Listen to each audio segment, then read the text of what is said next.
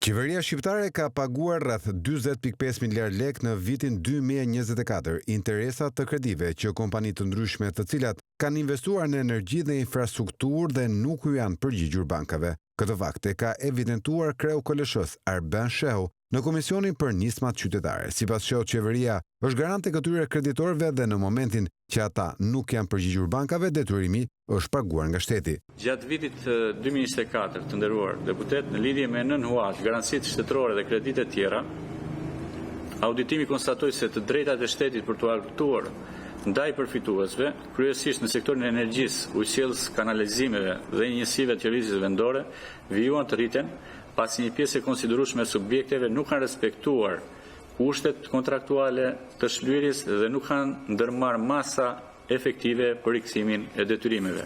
Si pasojë, janë kryer pagesa nga buxheti i shtetit për të mbuluar paaftësinë paguese të përfituesve nëpërmjet garancive buxhetore duke rritur ekspozimin fiskal.